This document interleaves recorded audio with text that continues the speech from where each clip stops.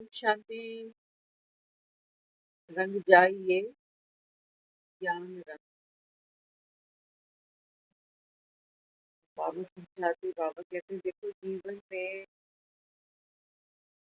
रंग, रंगों का बाबा कहता है जीवन में एक अपना महत्व है ना। प्यार का रंग, कुर्बानी का रंग, वफा का रंग।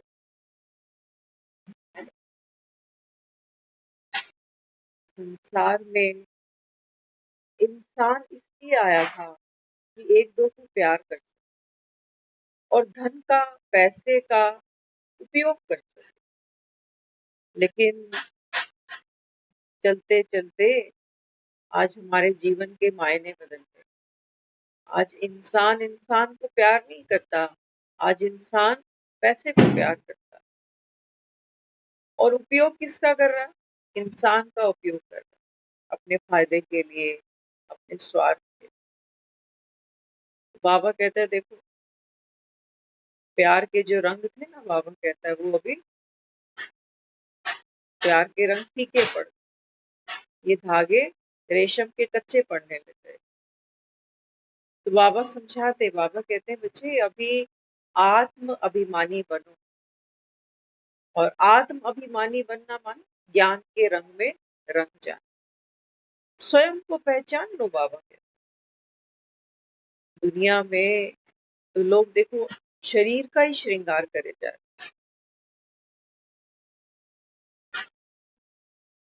नारी की जो महिमा है, जो सौंदर्य है, वो कॉस्मेटिक से नहीं है। आजकल तो फिर भी देखो बाजारों में लोग जा रहे हैं, हर गली में पार्लर खुले हुए हैं। लेकिन पुराने जमाने में देखो, वो लोग बताते कहते जब हमारी शादियां होती थी ना तो पार्लर नहीं होते थे। पार्लर नहीं थे।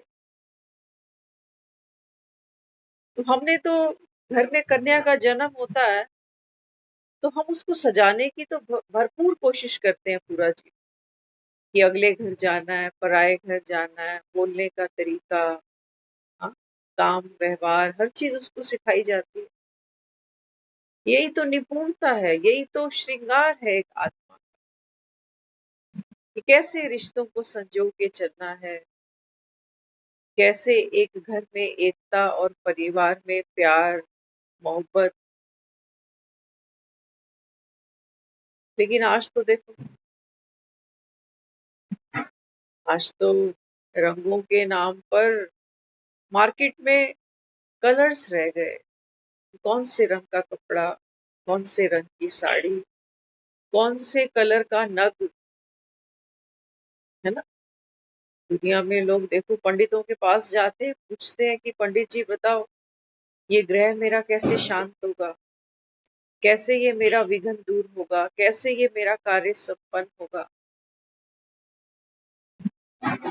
तो बहुत से लोग हैं संसार में जो भाग्य के भरोसे बैठे, है ना। हम उनको क्या कहते हैं? भाग्यवादी।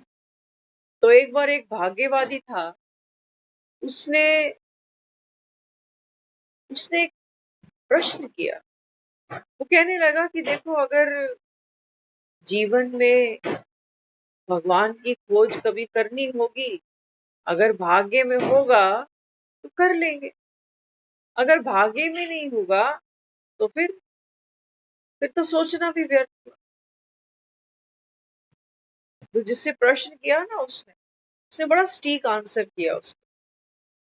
वो कहने लगा ये तो बहुत अच्छी बात है कि भाग्यवादी बनो, माना भाग्य को प्रायोरिटी पे रखो कि भाग्य में जो होगा वो होगा जरूर, उसको तो कोई टाल ही नहीं सकता ना। तो जो भाग्य में है फिर उसके लिए, और जो भाग्य में नहीं है उसके लिए क्यों दुखी हो। तो जिसने आंसर किया ना वो कहने लगा ये तो बहुत अच्छी बात है कि आप भाग्यवादी हो। आप चाहते हो कि अगर भाग्य में भगवान की प्राप्ति होगी तो हो ही जाएगी। क्या उसके लिए समय देना, मेहनत करना। तो कहने लगा, कहता है देखो अगर भाग्यवादी बनना है ना तो एक बार चेक करो कि जीवन में हर प्राप्ति आपने क्या भाग्य के भरोसे छोड़ी? धन कमाना है, परिवार चलाना है, पेट भरना है, तो क्या ये हमने भाग्य के भरोसे छोड़ दिया? कि भाग्य में होगा तो हो जाएगा, नहीं होगा तो कोई बात। लेकिन नहीं, 3-4 साल का बच्चा, आजकल तो 2.5 साल का बच्चा सारा होता है, तो हम क्या कहते हैं, चलो जी इसका स्कूल में एडमिशन कराओ। बाबा कहते हैं दुनिया में जो तुम पढ़ाइयाँ पढ़ते हो ना, ये तो किस लिए है? पापी पेट भरने के लिए। कि क्या पढ़ेंगे और पढ़ के फिर क्या बनेंगे, क्या कमाएंगे। तो अगर कोई भाग्यवादी है तो उसको जीवन के हर पहलू के प्रति फिर भाग्यवादी होना ही पड़ेगा, है ना? तो भाग्यवादी फिर हर चीज को स्वीकार करे कि जीवन में ये सुख है तो ठीक है, अगर ये दुख है तो भी ठीक है। लेकिन हम दुख आता है तो हम कितनी लंबी लंबी दौड़ लगाते नहीं लगाते, मंदिरों में दौड़ लगाते हैं, वकीलों के पास जाते हैं, पंडितों के पास जाते हैं, कितना कुछ करते हैं। तो भाग्यवादी बनना वो सिर्फ भगवान की प्राप्ति के लिए क्यों? कि होगा अगर नसीब में तो भगवान मिल जाएगा, नहीं तो फिर क्या कर सकते हैं जब भाग्य में ही नहीं है। तो भाग्यवादी बनने का भी जो आधार था वो क्या था? भाग्य को केवल एक डिवाइस बनाया गया, है ना? कि अगर आप हर चीज को भाग्य के भरोसे ही समझते हो ना, तो जीवन में अशांति का कोई मतलब ही नहीं। भाई भाग्य तो देखो बदला नहीं जा सकता,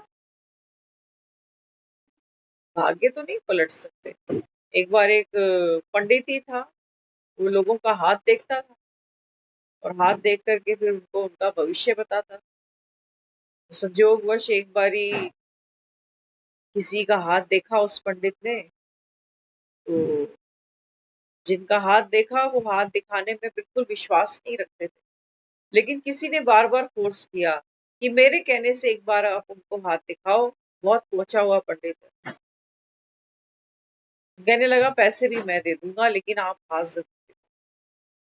तो उन्होंने बोला नहीं, हाथ मैं दिखाऊंगा तो पैसा भी मैं ही दूंगा।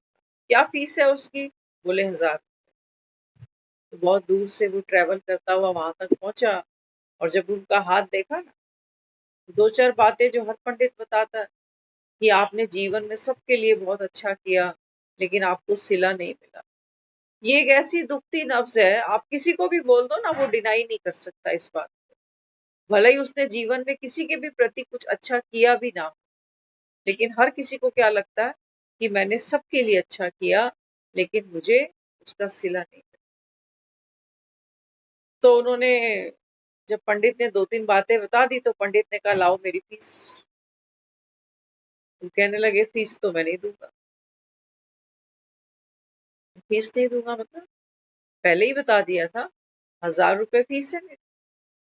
तो कहने लगे कि तू मेरा हाथ देख रहा है, और इस हाथ में तुझे देखकर ये नहीं पता चला कि ये आदमी मुझे फीस नहीं देने वाला। ये जो हाथ देखते हैं ना, ये अपना हाथ दूसरे को दिखाते हैं कि तू बता। तो बाबा हमें यहाँ समझाता है, बाबा कहते हैं बच्चे, संगम युग आ चुका, आधे से ज्यादा बीती गए, दुनिया सोई पड़ी है ना? देखो वार त्योहार आते हैं तो कैसे बंधन में बंधी आत्मा कैसे कैसे कहाँ कहाँ बंधती है। कहने को तो सिर्फ पूजा ही है ना आज, पूजा ही तो, लेकिन इस पूजा का कितना आकर्षण है लोगों को, है या नहीं? तो बाबा अपने को क्या समझाते हैं? बाबा कहते हैं बच्चे, भाग्य के भरोसे नहीं बैठ, है ना? लंबी उम्र माना, बाबा कहता है ये जो तुम ज्ञान रंग में रंग रहे हो ना अभी, इसी से बाबा कहता है लंबी उम्र तो आत्मा की है। आत्मा बाबा कहता है बच्चे अविनाशी होती है, बाकी ये शरीरों की लंबी उम्र किसकी हुई आज तक? कहते तो हो राम गयो रावण गयो, फिर भी देखो दुनिया लगी हुई है।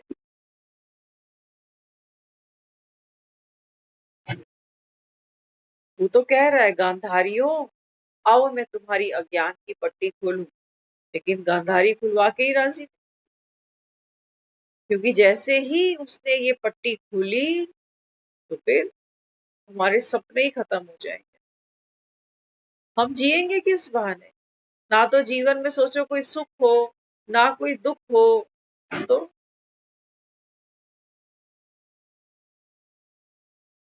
आगे चलना कोई रास्ते का, कोई सफर की कोई मंजिल ही नहीं। ये है बाबा कहता है मुक्ति, जिसके पीछे बाबा कहता है देखो दुनिया लगी। कितना सहज है, बाबा कहता है ज्ञान के रंग में रंगो, और बाबा कहता है देखो आप मुक्त हो, आपको किसी ने बांधा नहीं, किसी ने नहीं बांधा। आत्मा जब इस देह से निकलती है ना, तो बताओ किसका एनओसी लेके जाएगी, किसका लेके जाएगी? मालिक है। तो बाबा अपने को यहाँ समझाते, बाबा कहते हैं बच्चे ये ज्ञान का रंग है ना, ये बाबा कहता है तुम्हें रोज लगाना पड़ता, क्योंकि इस समय तो बाबा कहता है देखो दुनिया माया के रंग में रंगी हुई है। बाजारों को देखो कितना आकर्षण है, आजकल तो फोन पे ही देखो दुनिया क्या क्या शॉपिंग कर रही। हाँ, कितनी बड़ी माया ये फोन के रूप में हम सबकी जेबों में 24 घंटे है। एक आदमी को आप बिठाओ 15 मिनट, मजाल है वो बिना फोन छेड़े बैठ जाए।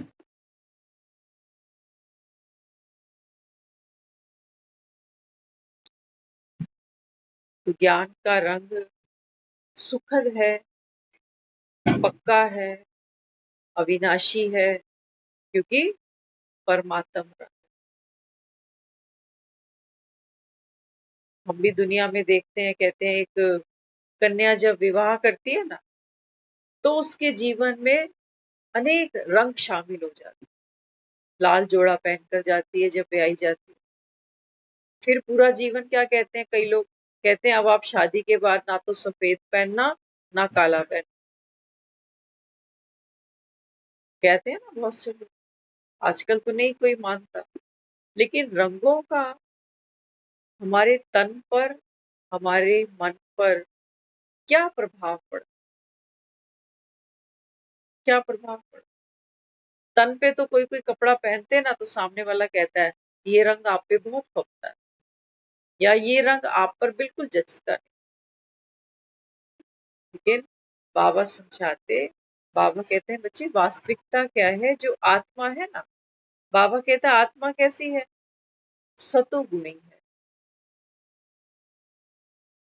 7 रंग है बाबा कहता है आत्मा। उन रंगों को तो बाबा कहता है दुनिया जानती,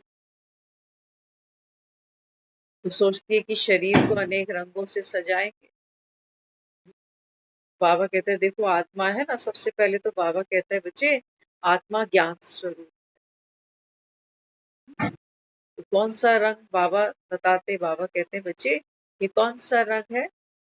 हाँ, तो ब्लू रंग है, स्काई ब्लू है, हाँ, ऑरेंज है, ग्रीन है, येलो है, रेड है, वायलेट है। ये सब रंग दिखाए गए। वास्तव में बाबा कहता है जैसे एक हीरा होता है ना, ऐसा है नहीं कि यहाँ आत्मा का कोई बल्ब जल रहा है और उसमें ये सारे रंग है, नहीं। आप एक कैंडल जलाओ, मंदिर में एक दिया जलाओ, कभी सूरज की रोशनी को ध्यान से देखो, तो वहां पर क्या दिखते हैं? इंद्रधनुष के रंग दिखते हैं। ये आपको कहीं पर भी विजुलाइज हो जाएंगे। एक कैंडल भी जला के देखोगे ना, तो सारे रंग आपको ये दिखेंगे। उसमें ग्रीन भी दिखेगा, येलो भी दिखेगा, ऑरेंज भी दिखेगा, रेड भी दिखेगा, वायलेट भी दिखेगा। तो बाबा कहते हैं आत्मा की निशानी है। जब बाबा कहता है आत्मा ज्ञान के रंग में रंगती है, तो बाबा कहता है फिर जैसे हीरे में देखते हो ना, हीरे को अगर हम थोड़ा सा चटकाते हैं रोशनी में, तो कितनी डिफरेंट शेड्स वो देता है। तो बाबा कहते हैं बच्चे ये तो वास्तविकता आत्मा की है।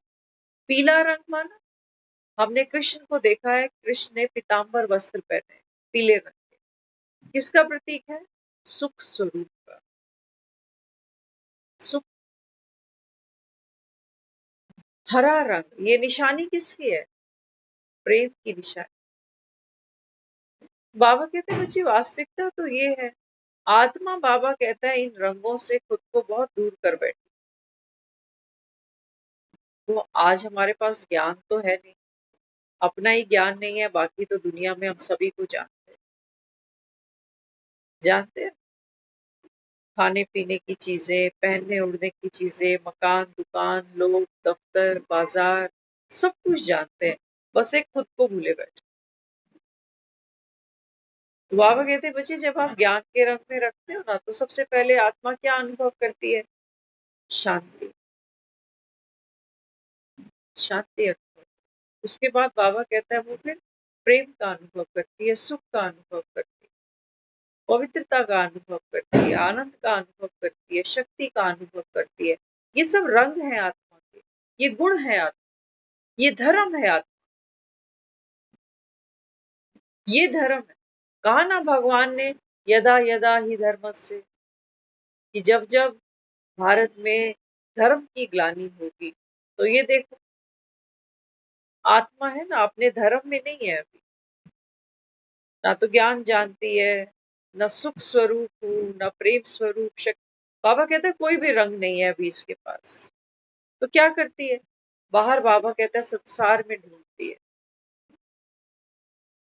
जो दुनिया में किताबें पढ़ रहे हो, कोर्सेस कर रहे हो, डिग्रियां ले रहे हो, उनको ज्ञान समझ के बैठे हो।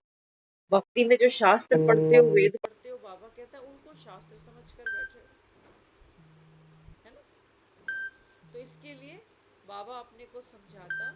बाबा कहता है अभी सबसे पहले ज्ञान के रंग को जीवन में धारण करो। ज्ञान का कौन लगा रहा है? स्वयं भगवान।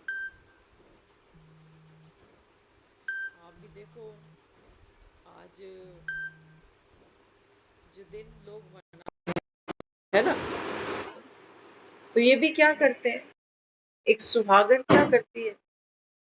हाँ, खुद को श्रृंगार करती है, तो हाथों में मेहंदी लगाएगी, कितना श्रृंगार करके निकल। तो बाबा सब चाहते हैं, बाबा कहते हैं बच्चे वो जो तुम्हारे सुहाग हैं ना,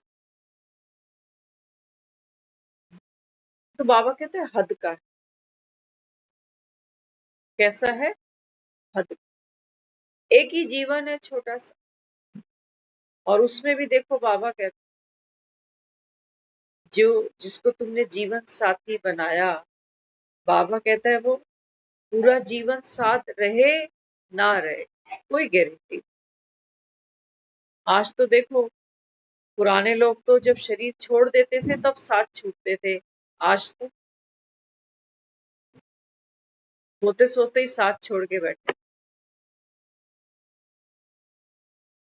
तो बाबा समझाता, बाबा कहते हैं बच्चे अभी आत्मा उस परमात्मा साजन, जिसको बाबा कहता है तुम सब मेरी पार्वतियां हो, और वो कौन है? शिव साजन।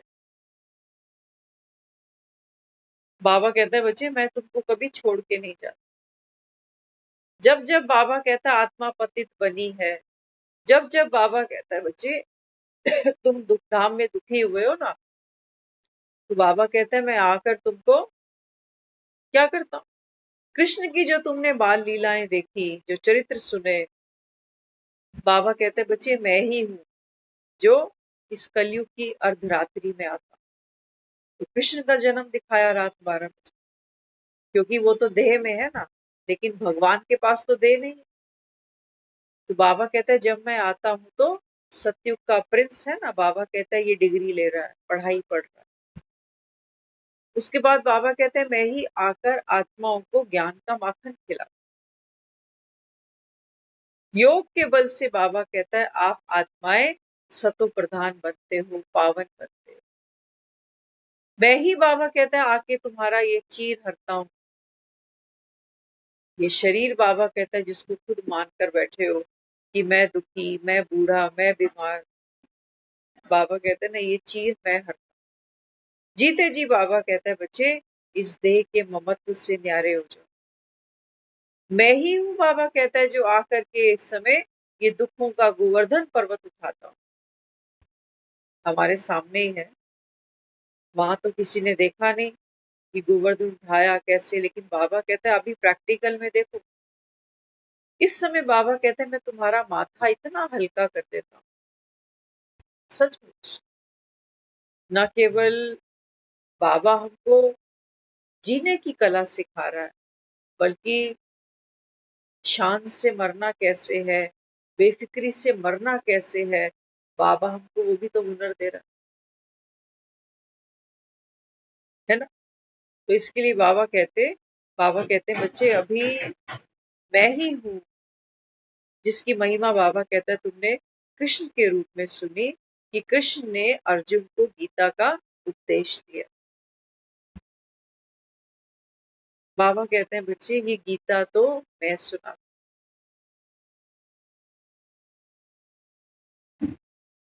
द्वापर में बाबा कहता है गीता नहीं सुनाई जाती, ड्रामा में नूंद ही नहीं, अगड़म पगड़म कर दिया तुमने सब कुछ।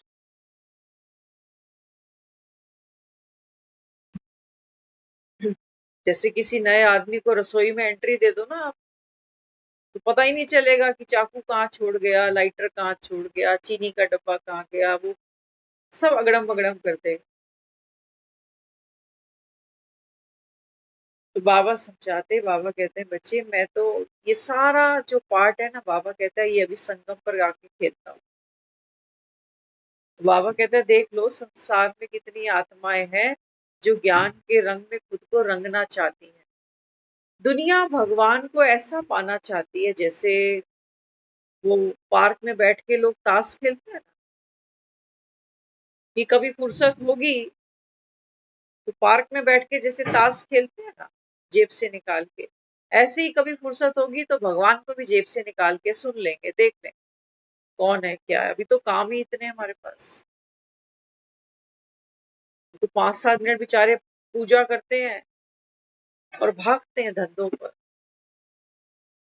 किसके पास बाबा इसलिए कहता है, बाबा कहता है बच्चे मैं गरीब निवाज इसीलिए, बड़े बड़े साहूकार पूंजीपति तो बाबा कहता है यहाँ आएगा ही, क्योंकि बाबा कहता है उसके सर पे झमेले बहुत होंगे। कहने की बात है पूंजीपति तो सारे ही हैं, अरबों खरबों पति ना सही, लेकिन आत्मा तो अरबों खरबों बंधनों में बंधी पड़ी है। क्या कहेंगे। अब ये दिवाली तक मुझे लगता है ये क्लासें ऐसी ही चलें, देख लो। इसलिए भगवान क्या कहता है, कोटों में कोई तो कोई में भी कोई। छटाई है, छटाई है बाबा।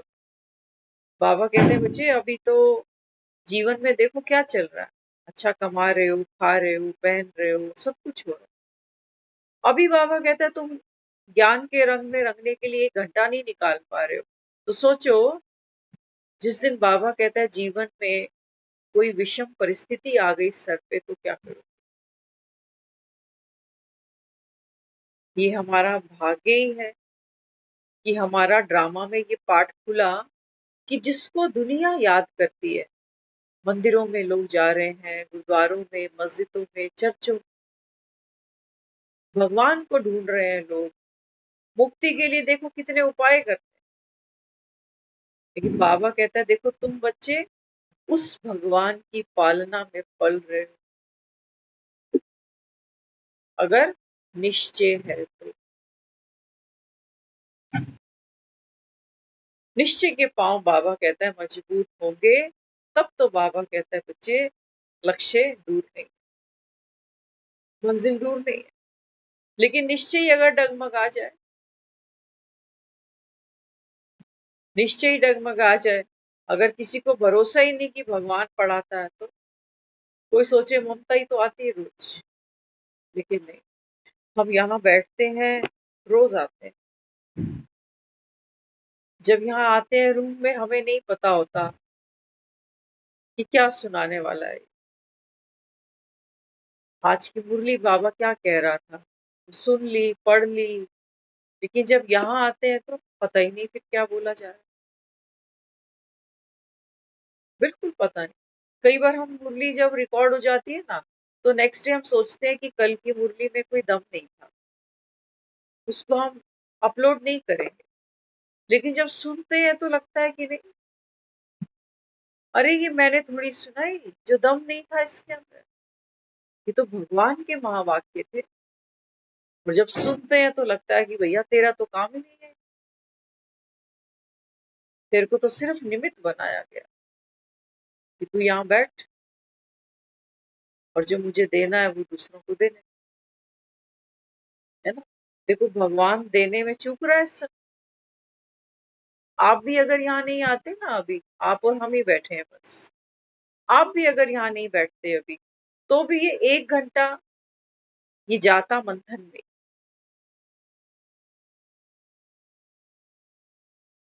क्योंकि समय कम है, गफलत नहीं, बाबा कहता अलबेलापन अब नहीं करना कि चलता है ना, त्योहार का टाइम है ना।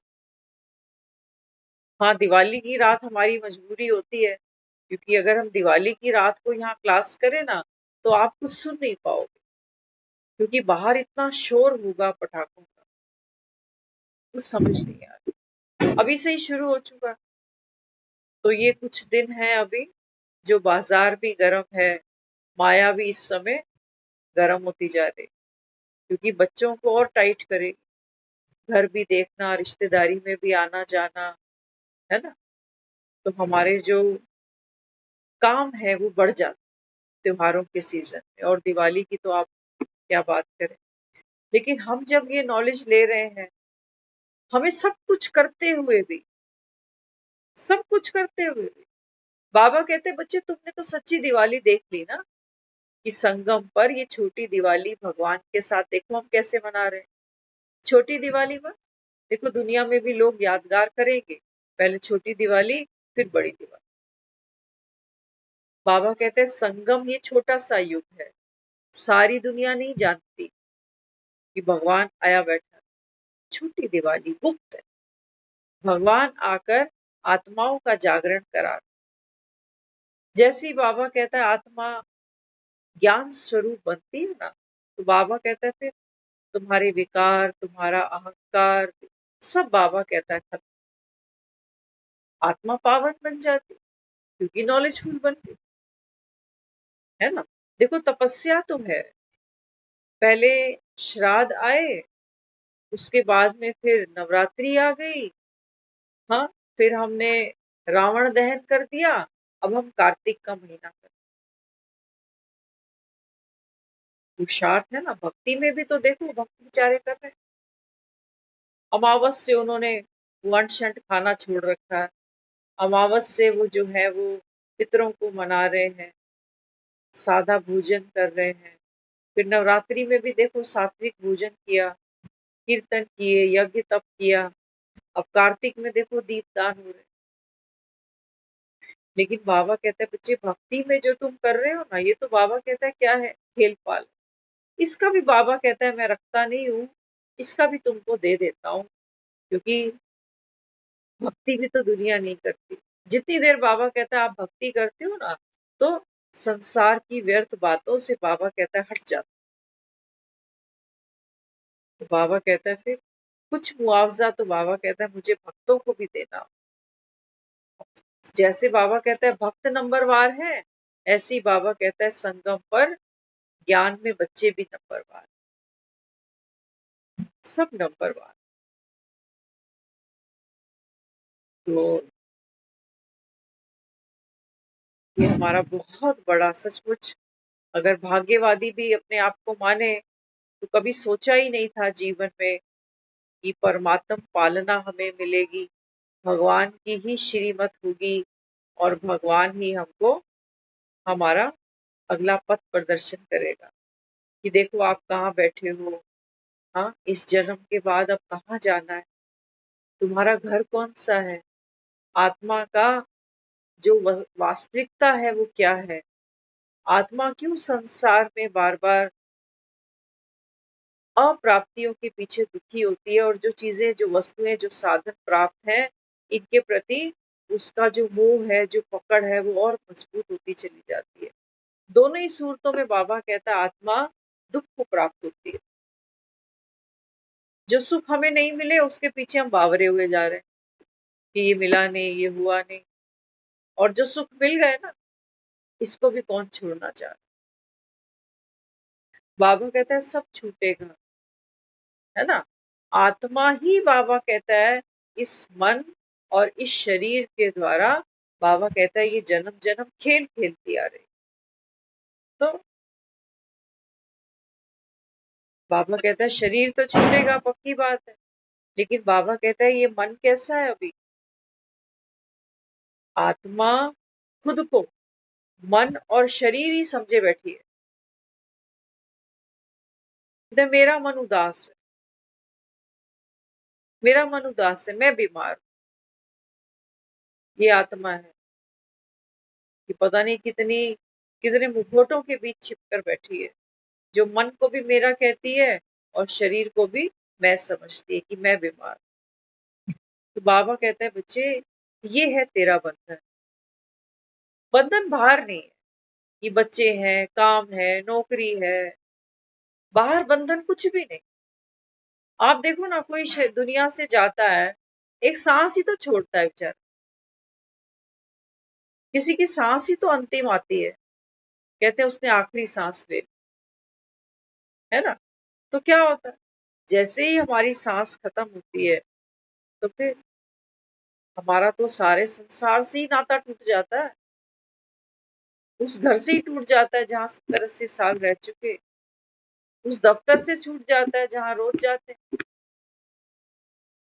उस धन से छूट जाता है जहाँ बैंकों में जाके रोज आए दिन साइन करते रहते,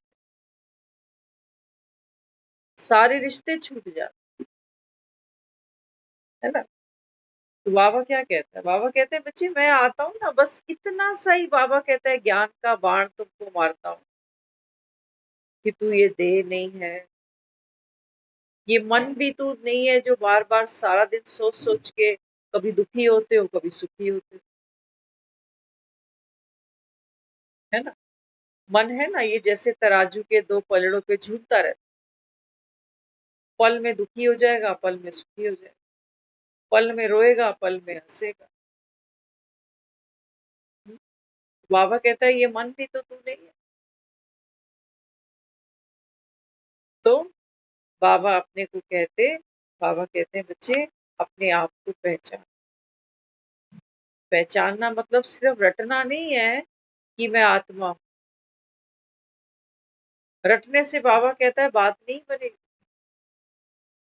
है ना।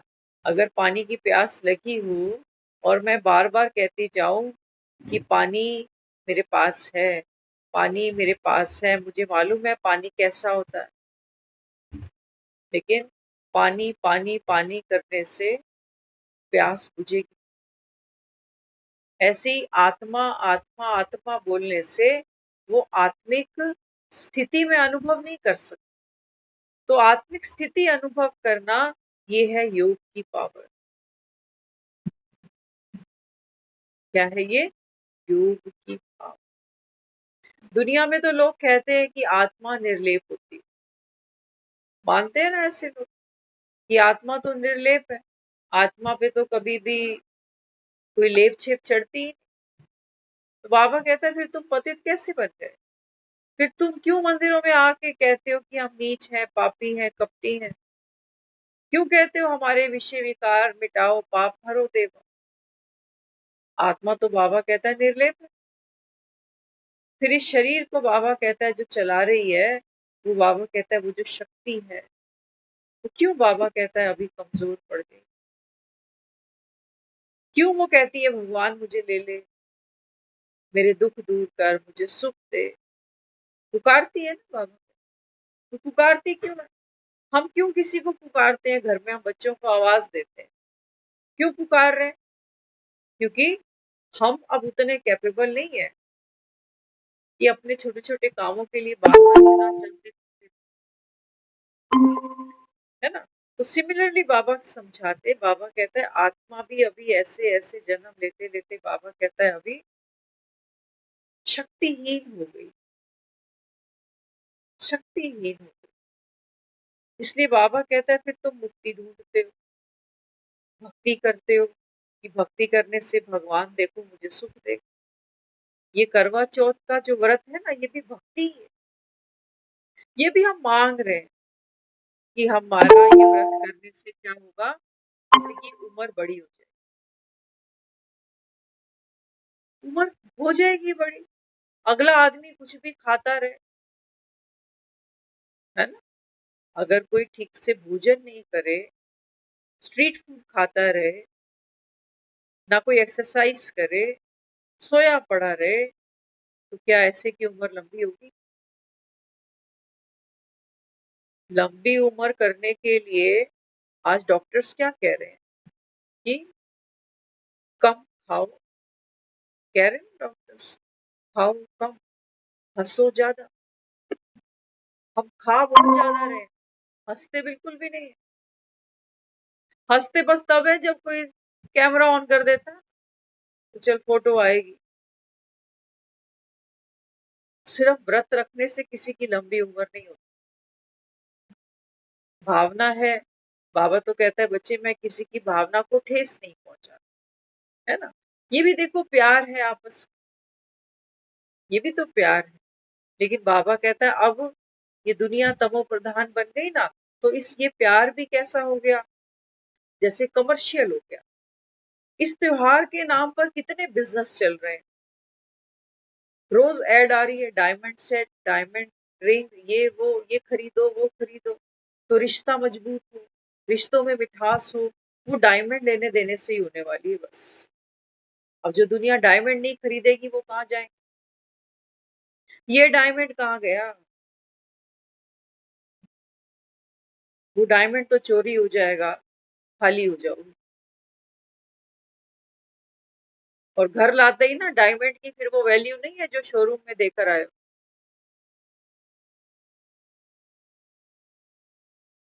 इसलिए बाबा समझाते, बाबा कहते हैं बच्चे आपको अगर लॉन्ग लाइफ चाहिए, हेल्दी लाइफ चाहिए, तो क्या करना पड़ता है उसके लिए, अपनी लाइफस्टाइल को इम्प्रूव करना पड़ता है। अपना जो हमारी सोचने का जो तरीका है, जो नजरिया, उसको बदलना पड़ता है। वो हमारे पास पावर ही नहीं है आज। आज हमें कोई कह दे ना कि आपको कल से चाय नहीं पीनी है, ग्रीन टी पी लेना, तो इतनी सी भी पावर नहीं है, आधे कप चाय के मोहताज हैं और ये व्रत रखने से लंबी उम्र हो रही।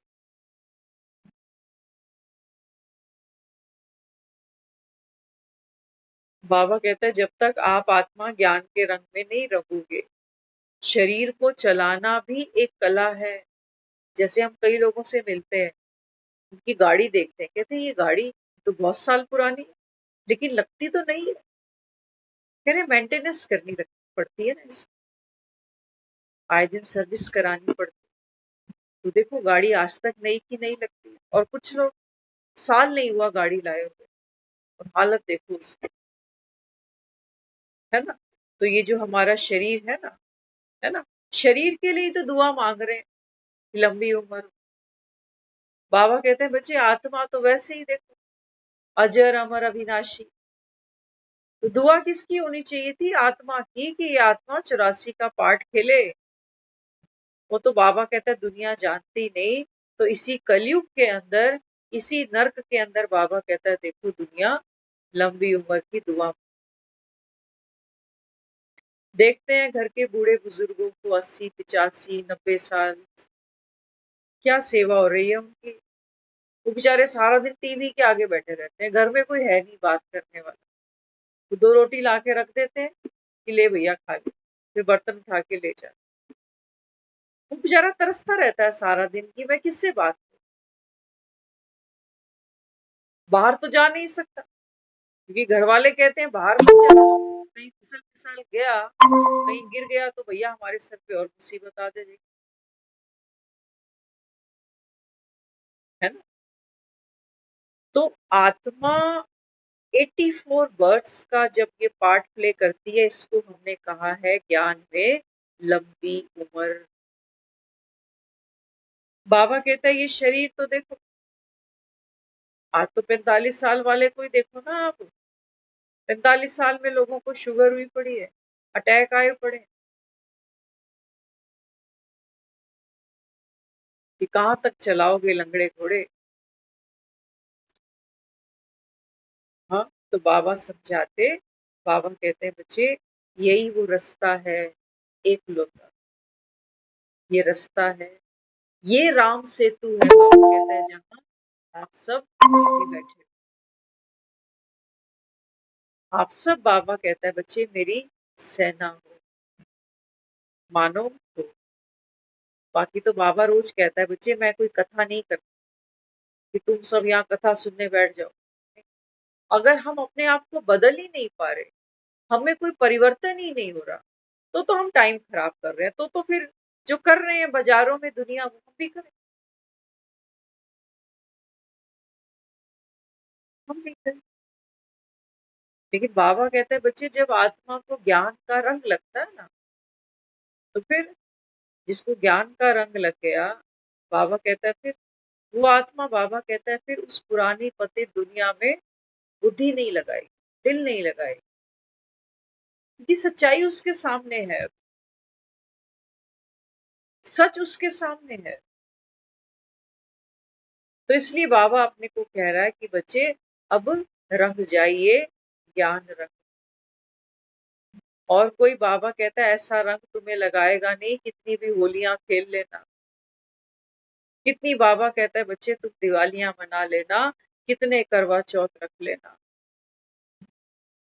ये सब बाबा कहता है दुनिया जो कर रही है ना, ये सब तो बाबा कहता है बच्चे खेल पाल कर, सब खेल पाल। जिसकी लंबी उम्र मांग रहे ना, कभी बिठाओ इसको अपने पास में, इससे पूछो कि जो जीवन तूने 50, 55, 60 साल का निकाल दिया, जरा तत्व तो निकाल इसमें से, सार तो निकाल, तेरी जिंदगी का अब तक का 50 साल का क्या था। तो उसके बेचारे के जीवन में स्ट्रगल, परेशानी, दुख के अलावा कुछ और है नहीं। उसने स्टूडेंट लाइफ भी ऐसे ही निकाली, अपना करियर भी भाग भाग के बेचारे ने ऐसे ही किया कि रोटी नहीं खाई, बच्चों की टेंशन, इसकी टेंशन, उसकी टेंशन। तो ये लंबी उम्र दे रहे हैं उसको, और डर डर के, क्योंकि बीमारियों का प्रकोप है। आदत हम अपनी खाने की, सोने की, उठने जागने की बदल ही नहीं सक रहे। तो बताओ, जैसे चल रही है जीवन हमारी, सुबह उठते हैं, उठते सारी क्या चाहिए, मट्ठी, फैन, रस, समोसे, कचौड़ी, आदत लगी हुई है, मजा आता है खाने में, खाओ। बाबा नहीं हमारी जीभ पकड़ रहा कि नहीं खाना, खा लो। लेकिन बाबा क्या दे रहा है,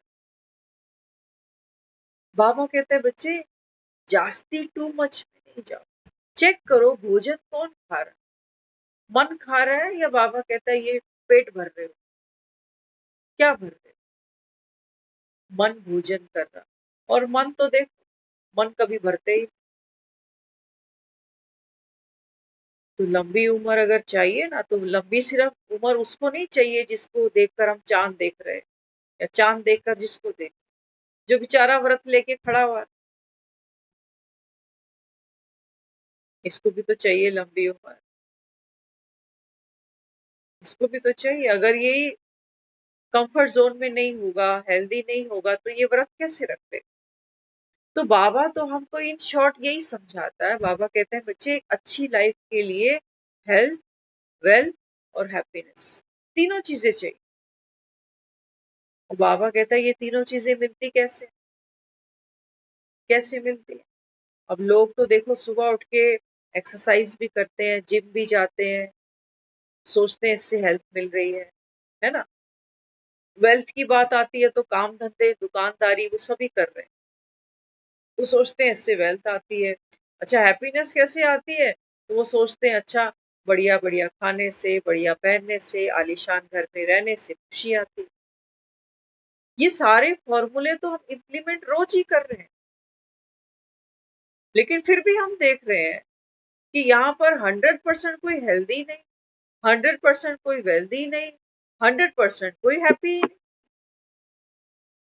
क्योंकि हमारी हेल्थ, वेल्थ, हैप्पीनेस, ये सब चीजें हमने किससे एसोसिएट करी हैं? अपने शरीर से, अपने मन से, कि मेरे मन को क्या अच्छा लग रहा है। ऐसा ही है ना, मेरी कर्मेंद्रियों की क्या डिमांड है। तो हमने हमने हमारी जो हेल्थ, वेल्थ, हैप्पीनेस है ना, वो इन दो सर्कल से जोड़ रखी है। एक तो शरीर से, कि कपड़ा अच्छा होगा तो मकान अच्छा होगा तो लोग वाह वाह करें, है ना। और मन जिस चीज पे हाथ रख दे वो मिल जाए तो बल्ले ही बल्ले। लेकिन बाबा कहते हैं नहीं बच्चे, जब तक बाबा कहता है आत्मा, ये बाबा कहता है ज्ञान आपको नहीं होगा कि आत्मा जब तक हील ना हो। हेल्थ माना, हेल्थ जो शब्द है ना, इसको अगर हम हिंदी में देखें तो हम लिखते हैं स्वस्थ आदमी, स्वास्थ्य। तो स्व, बाबा कहते हैं स्व माना आत्मा। जब तक बाबा कहता है आप अपने आप को नहीं पहचानते हो, तब तक बाबा कहता है आप हील हो ही नहीं सकते। तो हमारी हेल्थ कहाँ से जुड़ी है? मुझ आत्मा से जुड़ी है। मेरी वेल्थ कहाँ जुड़ी है? उन नोटों में, उस बैंक बैलेंस में नहीं पड़ी हुई है। वो तो जितना कमाते हैं उतनी वरीज है। इनकम टैक्स का चक्कर पड़ रहा है, हाउस टैक्स भरना है, फलाना ये वो सब करते करते फिर भी मन दुख पाता है कि कल को मरेंगे, बच्चे पता नहीं पैसे का क्या करेंगे, इतनी मेहनत से कमाया।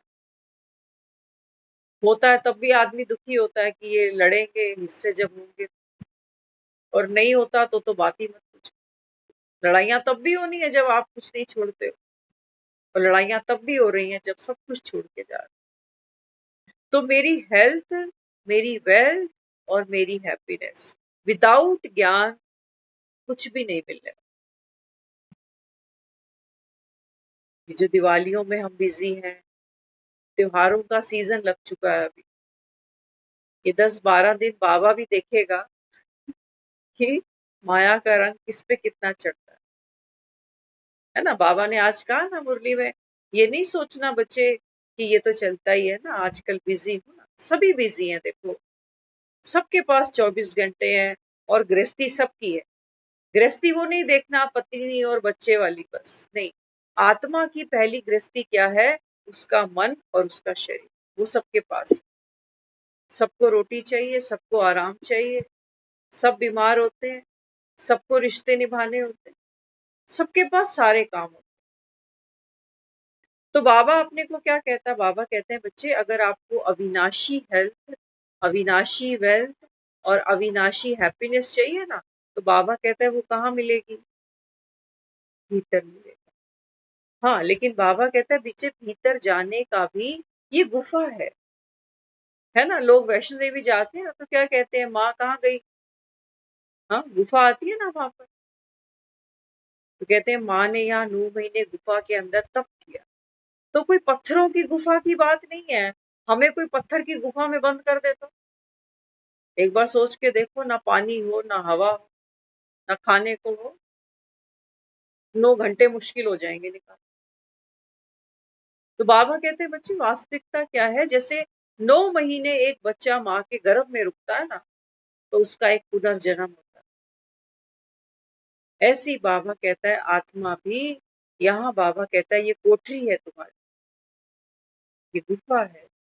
इसको बाबा ने कहा अंतर्मुखी सदा सुख। तो बाबा कहते हैं जितना जितना आप आत्म अभिमानी बनते हो, ये है गुफा में वास करना। अब भूखे प्यासे मरने की बात थोड़ी हो रही। शरीर ही नहीं होगा हमारा, तो आत्मा बताओ फिर पुरुषार्थ कैसे करेंगे? छोटी सी कन्या वहां दिखाई गई है कि भैरव पीछे लगा हुआ है, और भागते भागते माँ जो है ना, वो कहाँ? गुफा में प्रवेश कर। तो बाबा कहते हैं तुम चेक करो तुम्हारे पीछे कोई भैरव बाबा लगा है या नहीं।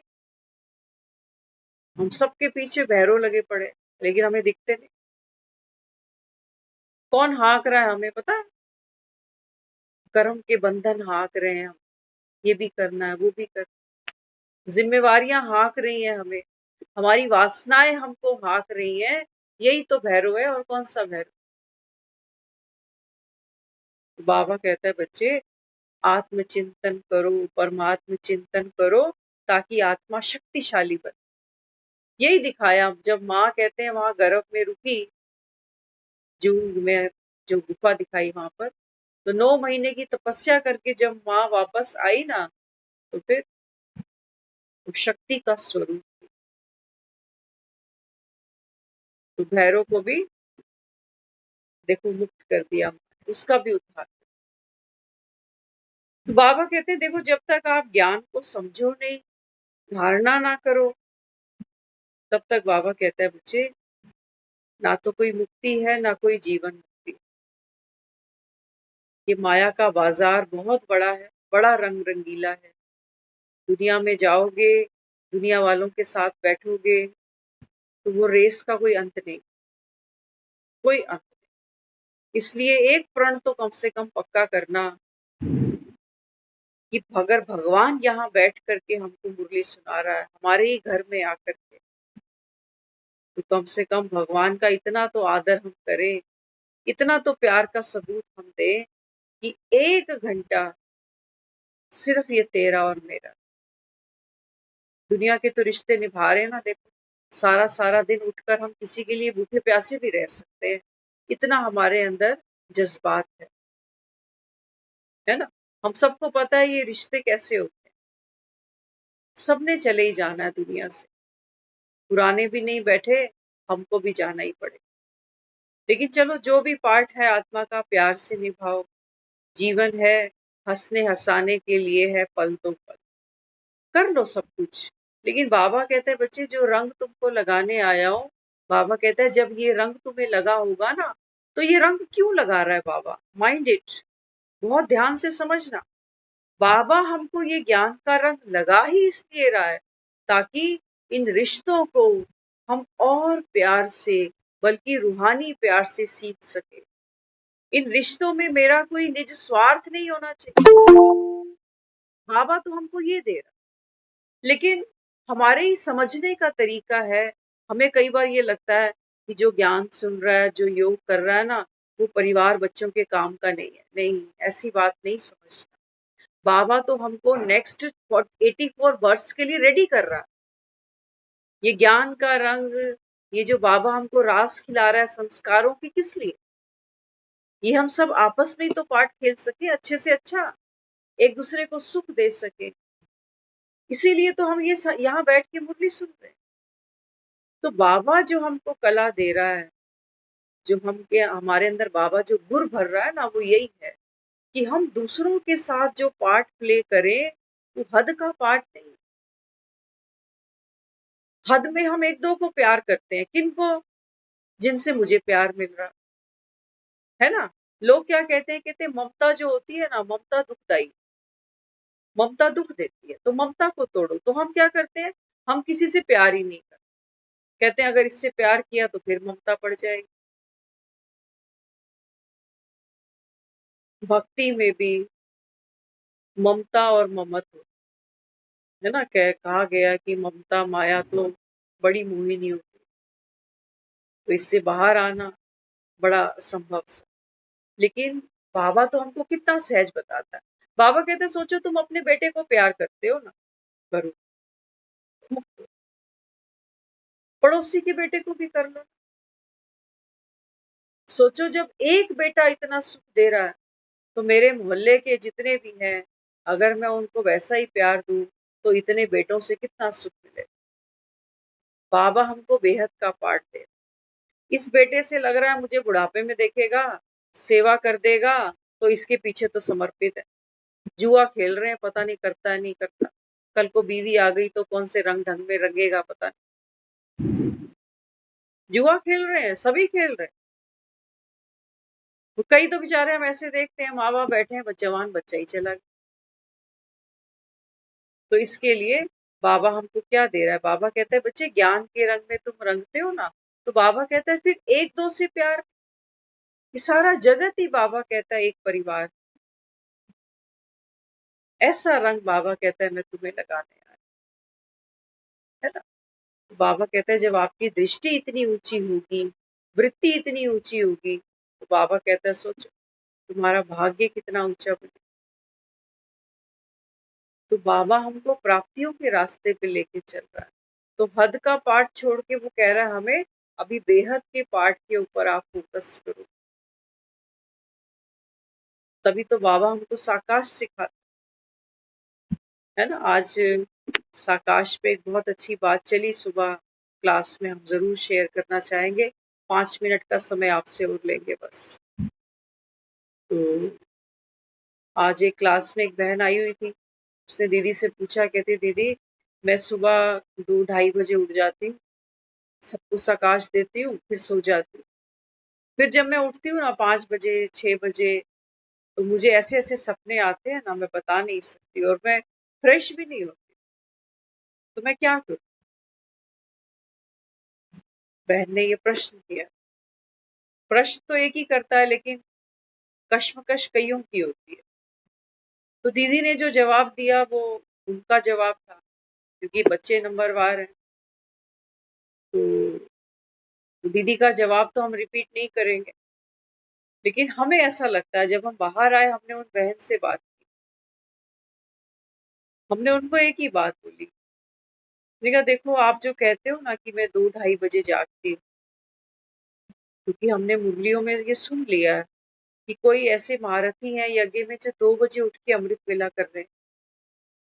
तो 2 बजे मैं उठी, उठ करके मैंने फिर साकाश दिया, राम जाने क्या किया, और फिर मैं सो गई। फिर मैंने क्या क्या सपने देखे, और फिर मैं सपने में डर भी गई, घबरा भी गई। हमने उनसे एक ही बात पूछी, मैंने कहा ऐसी आत्मा जो अपने खुद के सपने से डर रही है, ये किसको क्या सकाश दे। बाबा तो हमें कह रहा है शरीर छूटे छूटे तेरी खुशी ना छूटे।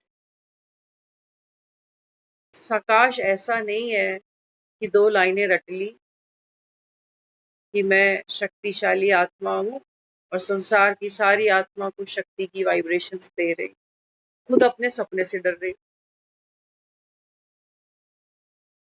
क्या कहें। फिर एक बहन हमें और थी, वो रास्ते में बताने लगी, दीदी ने भी ये बात आज कही कि जब किसी को सकाश दो ना तो उसके सर के पास जाके खड़े हो जाओ। तो हमें ये बातें थोड़ी सी, क्योंकि देह का भान है ना, फिर सर क्या और पैर क्या। हमें सकाश किसको देना, आत्मा को देना। तो इसकी क्या सेंस है कि हम किसी के अब वो बहन हमें बताने लगी, कहती हाँ मैंने ना ये किया था जो दीदी ने कहा ऐसे ऐसे कि सर के पास खड़े हो। कहती मैं क्या करती थी, सरवर धो रखा होता था, बाल खुले होते थे, तो बेटे के सर पे खड़ी हो जाती थी आधी रात, कभी 4 बजे, 4:30, 3:30, बाल खुले होते थे। और तो बेटा ना एक से कई बार डर जाता था, तो मुझे कहता था क्या भूत प्रेत बन के मेरे सर पे खड़ी हो जाती सुबह सुबह। तो कहती मुझे कई बार उसने ऐसे देखा, वो तो डर गया, और मैं उसको सकाश देने जा रही हूँ, उसकी उसी के सर पे खड़ी हूँ। कहती वो मुझे कई बार बोल चुका कि ये भूतनी बन के मेरे सामने क्यों आ जाती, मैं डर जाता हूँ। तो सोचो, मेरा जो सकाश है ना वो ऐसा नहीं होना चाहिए।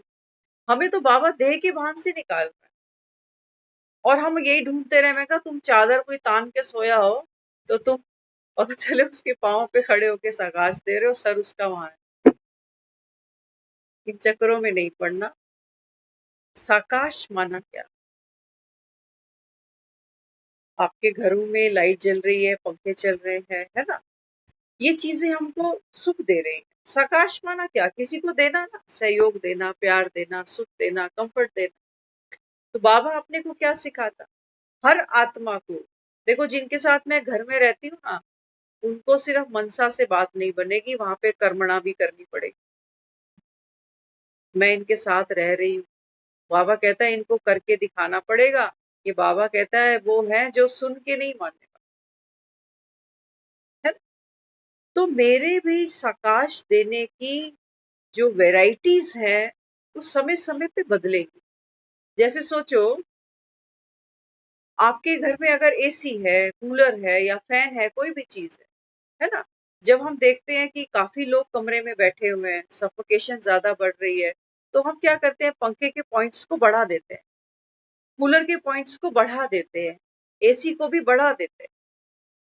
पावर है ना ये मेरे पास। तो बाबा भी अपने को क्या समझाता, बाबा कहते हैं बच्चे, आप क्या करो, स्वयं को भरपूर करो बस। दूसरा तुमसे क्या लेगा क्या नहीं लेगा वो उसकी चॉइस है। मंदिर में मूर्ति बैठी है, सबकी चॉइस है।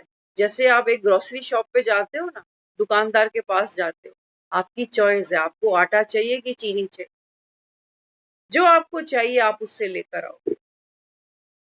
तो बाबा अपने को क्या कहता है, बाबा कहता है आपकी वृत्ति, आपकी दृष्टि, आपकी कृति इतनी स्ट्रांग हो, इतनी पावरफुल हो, इतनी संपन्न हो, तो बाबा कहते हैं फिर हो जाती है से। फिर वो कमेंट्रियां, सिर्फ एक ही बाबा कहता है साकाश है, वो क्या है, आप अपनी आत्म अभिमानी स्थिति में चलते चलो बस। ये सबसे बड़ा साकाश, और कुछ करने की जरूरत। और आत्म अभिमानी स्थिति में स्थित होना, यही सबसे बड़ा चैलेंज है। क्योंकि मन जब हमारा संसार की तरफ चलता है, तो आत्मा संसारी हो जाती है, फिर वही ग्रीड, फिर वही एंगर। और यही मेरा मन जब संसार से ऊपर की ओर उठता है, तो मेरी स्थिति कैसे हो जाती है, वानप्रस्थ। तब मुझे दुनिया के आकर्षण अट्रैक्ट नहीं कर सकते। ये मेरा अपना पुरुषार्थ। इसीलिए हमने मन को चंचल कहा। मन ही है जो संसारी है, मन ही है जो वैरागी बनता है। ध्यान से सुनना, आत्मा को बाबा ने क्या कहा है, आत्मा बाबा कहता है एक्टर है। आत्मा बाबा कहता है शाम भी बनती है और सुंदर भी बनती है। तो ये मेरा पार्ट है कि मैं आत्मा, मन ही है जो संसारी बनता है, मन ही वैरागी बनता है, मैं इसकी साक्षी। जब इन रिश्तों से दुख पाते हैं ना, तो मन एकदम वैरागी हो जाता है कि मुझे अब किसी से कोई मतलब नहीं है, मैंने सब करके देख लिया। और यही मन दोबारा से जब संसार में जाता है, तो कहते हैं अरे ये भी तो सुख है ना, ये भी तो मेरे अपने हैं। ये मन नाचता है बार बार, कभी इस पल्ले पे कभी उस पल्ले पे। तो मैं आत्मा केवल साक्षी हूँ। ये है मेरी आत्म अभिमानी स्थिति। तराजू के दो पल्ले नीचे हैं और एक कांटा ऊपर है। वो कांटा जब बीच में होगा ना इधर झूलेगा ना उधर झूलेगा। बीच में जब ये कांटा होगा, ये है मेरी आत्म अभिमानी स्थिति, जहां सुख और दुख बराबर हो गए, जहां जन्म और मृत्यु के पलड़े बराबर हो गए। बिना ज्ञान के नहीं होंगे, बिना योग के नहीं होंगे। दुनिया इन्हीं दो पल्लों में झूल रही। जन्म होते हैं तो बड़े खुश होते हैं, और मरण पल्ले में झूल रही है ना, आत्मा दुख पा रही है। कांटा है ना ये दुख पाता है। कभी सुखी हो जाती है आत्मा, कभी दुखी हो जाती है। और बाबा कहते हैं तुम ज्ञान स्वरूप हो, टिको बीच। सुख और दुख, बाबा कहता है सम है, सिर्फ नीचे ड्रामा चल रहा है बस। ये ड्रामा में नूंद है बाबा। तुम भक्ति कर रहे हो कि भगवान ये दुख है ना, ये दुख तो हटा दे और सुख का पल्ला भारी कर दे। हो ही नहीं सकता बाबा कहते, इसलिए तुम भक्ति करते हो। बाबा कहते हैं ये हो नहीं सकता। तो ज्ञान स्वरूप आत्मा, आत्माभिमानी स्थिति माना तराजू के दो पलड़ों के बीच वो कांटा, वो कसौटी है मुझ आत्मा की, वो स्थिति है। उसमें बाबा कहता है टिक के दिखा मुझे। ये मेरा पुरुषार्थ है, यही मेरी अटेंशन है, यही मेरी कर्माती स्थिति है, यही मेरी सतो प्रधानता है। इसको पकड़ो। वो नहीं पकड़ो कि 2:30 बजे उठ रहा था, 2 लाइनें बोल के फिर सो गया, फिर सपने देखे, वहां सुखी हूँ, 2 बजे उठ के सकाश दे दिया, इस पल्ले पे सुखी हूँ। लेकिन 5 बजे सपने ऐसे देख लिए, यहाँ दुखी हूँ। आज अमृत वेला कर लिया तो सुखी हूँ, आज नहीं किया तो दुखी हूँ। क्या है ये? आत्म अभिमानी स्थिति। बाबा कहता है आपका पुरुषार्थ क्या है? आत्मा। बाबा कहता है अटेंशन प्लीज। खेल चल रहा है नीचे, आप साक्षी हो। ना किसी बात के अभाव में आओ, ना बाबा कहता है किसी के प्रभाव में। ये है पावरफुल स्थिति। इसको कहा हुआ है कि मैं आत्मा शक्ति स्वरूप हूँ। इसको कहा हुआ है हमने आनंद स्वरूप हूँ। इसको मैंने कहा है प्रेम स्वरूप हूँ। ये मेरी स्थिति है और इसको पाना नहीं है, माफ करना। हमें लगता है कि अच्छा यहाँ ये स्थिति ये पानी पड़ेगी, इसके लिए मेहनत कर नहीं। बाबा कहता है बच्चे आप हो ही आत्मा। कौन हो? आत्मा शक्तिशाली ज्ञान स्वरूप। लेकिन बाबा कहते हैं माया तुमको ऊपर नीचे करती रहती, तो माया के भी नॉलेजफुल बनो ना। ऊपर बैठ के बाबा कहता है सारा खेल देखो।